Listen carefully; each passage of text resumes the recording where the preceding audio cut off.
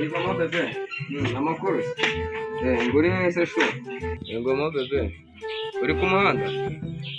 Reka nze nkurebe. Ariko nari mukumbuye tu. Ayikumbuye yo. Alo. Nari meze neza. Nawe ndagukumbuye. Tujya kugusura.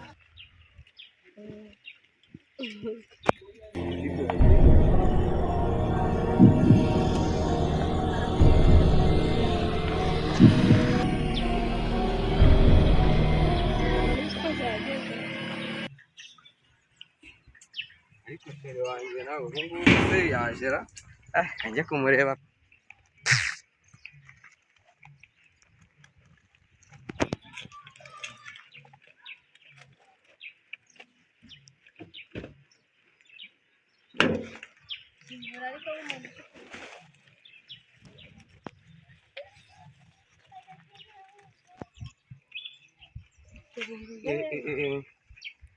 Fere amakuru. Maze iminsi meze ute? Cyane ari mukumbuye amakuru y'iminsi se. Urakabije kubunyanga pe. Oya nanjye nari mukumbuye. Warumumbuye. Cyumweru kigashira utamamagaye umuntu w'umukunzi koko.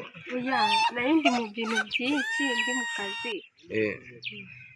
Rero nakaba ari byiza kurutisha akazi umuntu w'umukunzi. Ntabwo byagaragara neza sheri. Wowe muri iki cyumweru wari umeze ute se? Muri iki cyumweru nari meze neza mukumbuye. Reka nze twigire kwitemberera noneho. Twigirire kwitemberera rwose. Ibintu bimeze neza noneho. Reka tujye gutembera. Nisi bibi imodoka ni yawe? Ibintu bimeze neza amafaranga yarabonetse.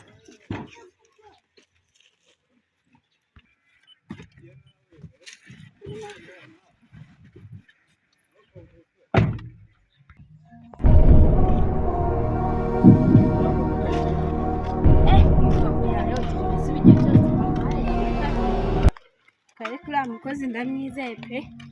Oya reka tujye kureba neza niba yijyanye kuyoza. Hariko dusanze atayogeje. Tugenda ashobora kuba yayogeje kuko arabizi neza ko turajya mu kazi. Wabona nyine yayogeje.